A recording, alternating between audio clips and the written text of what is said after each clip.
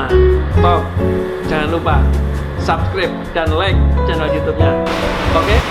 Baiklah para pemirsa sekalian, kita berjumpa pada acara diskusi Darmin Kopi dan Waru Art Gallery, di mana acara diskusi kali ini adalah kali kedua, jadi menyambung pada babak pertama dengan tema kembali menjadi bangsa Indonesia pada bagian kedua.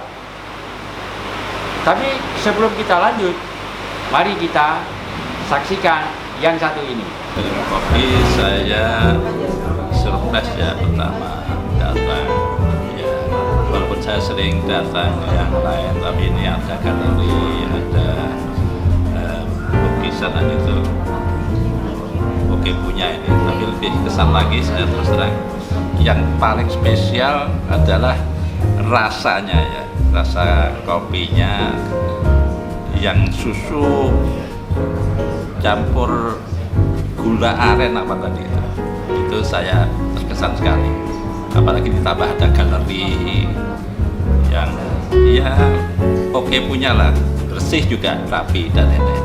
Kita aja sih ya, sukses Darmin Kopi. Baik, kita kembali kepada Darmin Kopi Channel dan Waru Art Gallery dalam acara diskusi kali ini dengan tema kembali menjadi bangsa Indonesia bagian kedua, dengan pembicara satu masih Mas Habib Jansen Budiantono. Beliau seorang pimpinan paguyuban masyarakat non partai, ya kan? Basic ilmunya saya yakin dia beranjak dari filsafat dan berbagai hal yang terkait dengan politik dan kebudayaan. Lalu yang kedua, ini sahabat lama yang baru saya temukan kembali, Mas Aji Barata. Beliau seorang akademisi dari Fakultas Hubungan Internasional Fisikol UGM. Lalu sekarang ini menjabat Ketua Bidang Infrastruktur dan Pembangunan Pedesaan DPP PA GMNI. Wah, ini Jimin dulu. Sama-sama GMNI. Dan juga pewaris kebudayaan di Banyumas, menjadi Ketua Yayasan Dalang Nawan Banyumas, di mana Nawan itu adalah nama dari dalang Banyumas yang terkenal adalah bapak beliau. Ya, masih ya, Sudah sepuh ya? Oh, enggak ada. Kelahiran 1911. Oh, hebat tapi ya. Kemudian Dewan Penasihat Pepadi Jawa Tengah. Wah, ini saya dulu pernah jadi murid Pepadi. Ya, itu Mas Aji Barata.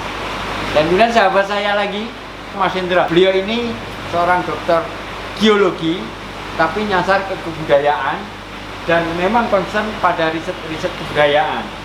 Beliau kurator di Loka Kilau Art Community, kemudian sebagai Chief Editor Indonesia Cultural Heritage pada Warna Lintas Media, sebuah perusahaan Persero.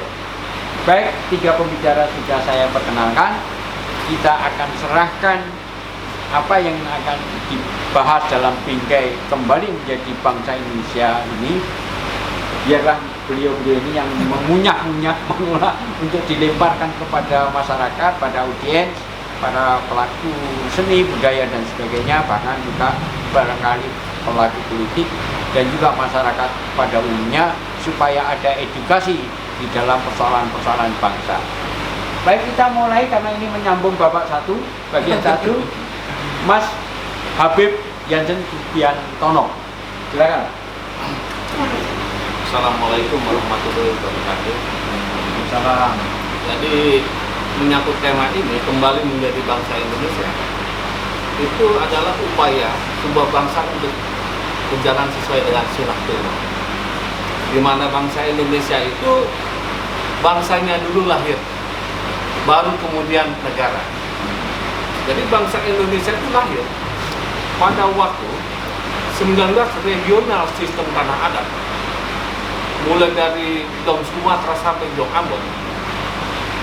menyatakan diri sebagai kami bangsa Indonesia tanggal 28 Oktober 1928. Kemudian nilai-nilai budaya dan sumber-sumber religiositas yang ada pada bangsa tersebut dieksternalisasi menjadi sebuah sistem filsafat. Kita menamakannya sebagai Pancasila. Dan pada tanggal 1 Juni 1945 Bung Karno mengatakan, Pancasila adalah dasar Indonesia merdeka. Bukan sebagai dasar negara ya, dasar Indonesia merdeka. Apa maknanya? Kalau kelak terbentuk sebuah negara, maka Pancasila jadikan sebuah dimensi, menjadi ukuran dalam kehidupan bernegara nanti. Maka pada tanggal 18 Agustus 1945 lahirlah NKRI. Jadi bukan tanggal 17 Agustus. Tanggal 17 itu hari proklamasi kita sebagai bangsa. Yang benar tadi 18 Agustus. Nah, sah. Sah. Tanggalnya, Berbarengan dengan disahkannya konstitusi. Nah, kemudian ini membangun sebuah sistem sendiri yang berbeda dengan bangsa lain, negara-negara lain, di mana Indonesia itu bangsa menjadi fondamen. Jadi begini, kalau sebuah bangunan tuh, yang namanya Pancasila itu berada di batuan segar. Di atas batuan segar adalah fondasi. Fondasi NKRI adalah bangsa. Di atas fondasi itu ada yang namanya pilar. Pilar itulah kedaulatan rakyat. Di atas pilar itulah baru atap rumah. Atap rumah itulah NKRI. Penghubung antara wilayah negara NKRI dengan bangunan di bawahnya, itulah yang kita namakan konstitusi. Jadi di sini kita simpulkan bahwa NKRI negara adalah alat untuk bangsa Indonesia mencapai tujuan bersama. Seperti yang tertuang dalam pembukaan Undang-Undang Dasar 1945. Nah, kita sebagai anak bangsa ini harus belajar, Pak, bagaimana pemikiran konstruksi pendiri bangsa, kelebihan termasuk kekurangannya. Apa kekurangannya? Jadi negara ini pada waktu proses pendirian negara tidak membangun MPR sebagai bentuk benar-benar kedaulatan rakyat, sehingga negara tidak ditopang oleh kedaulatan rakyat. Makanya Bung Karno dalam periode Bung Karno dikatakan MPR sementara, dan Bung Karno mengatakan MPR harus ada di seluruh Indonesia. MPR yang terbangun itu bukan berasal dari partai politik, tapi dari musyawarah masyarakat secara berjenjang, maka dilahirkanlah RT/RW. Jadi RT/RW ini sebenarnya infrastruktur politik bangsa Indonesia. Ini kesalahan awal. Bung Karno ingin memperbaiki, makanya dikeluarkan dekret. Ketika mengeluarkan dekret presiden kembali ke UUD 45, seluruh partai politik tidak difungsionalkan. Lalu dia membangun Golkar tahun 64. Tahun 64 Bung Karno itu membangun Golkar sebagai lembaga musyawarah karena MPR ini belum terbangun, Pak. Jadi Golkar ini awalnya ini sebagai lembaga musyawarah. Nanti ini panjang. Tapi itu bukan organ resmi negara. Bukan. Dia itu lembaga musyawarah. Golkar ini. Bung Karno yang mendirikan, bukan Pak Harto, Pak. Itu ajudan-ajudan Bung Karno yang mendirikan. Gitu. Nah, kondisi kebangsaan ini belum pernah dilaksanakan, tetapi sudah diamandemen. Tambah hancur lebur. Jadi begini, dalam konstruksi kebangsaan kita, Undang-Undang Dasar 45 yang asli memang ada kekurangan, Pak. Troublemaker, sehingga kalau itu sistem bernegara mengalami semantik error. Pada pasal 2 ayat 1 di mana dikatakan MPR terdiri dari utusan daerah, utusan golongan, dan DPR. Bagaimana DPR sebagai lembaga negara mengkooptasi lembaga tertinggi negara? Jadi kacau. Dan ini dihancurkan lagi oleh amandemen pasal 1 ayat 2, di mana dikatakan kedaulatan rakyat diatur oleh hukum. Bagaimana kedaulatan rakyat itu tertinggi kalau kita berdiri sebagai negara kebangsaan? diatur oleh satu produk hukum yang di bawah kedaulatan rakyat. Jadi hukum yang di bawah mengatur hukum yang di atas, itu nggak bisa. Jadi penghancuran pada kehidupan berbangsa ini parahnya itu akibat amandemen pasal 1 ayat 2. Nah, menurut saya nanti kita ini ya panjang lebar ya, kalau kembali kepada menjadi bangsa Indonesia itu yang paling penting adalah bagaimana kita kembali dulu pada Undang-Undang Dasar 45 yang asli, kemudian kita breakdown pasal 2 ayat 1 menjadi begini, sesuai dengan ajaran Bung Karno, MPR terdiri dari MPR yang ada di seluruh Indonesia. Nah, inilah wakil rakyat. Lalu DPR bagaimana? DPR itu bukan wakil rakyat, Pak. DPR itu lembaga legislasi. Wakil rakyatnya itu di MPR, karena MPR adalah wujud dari kedaulatan rakyat. Gitu, Pak. Untuk sementara ini dulu prolognya ya. Oke.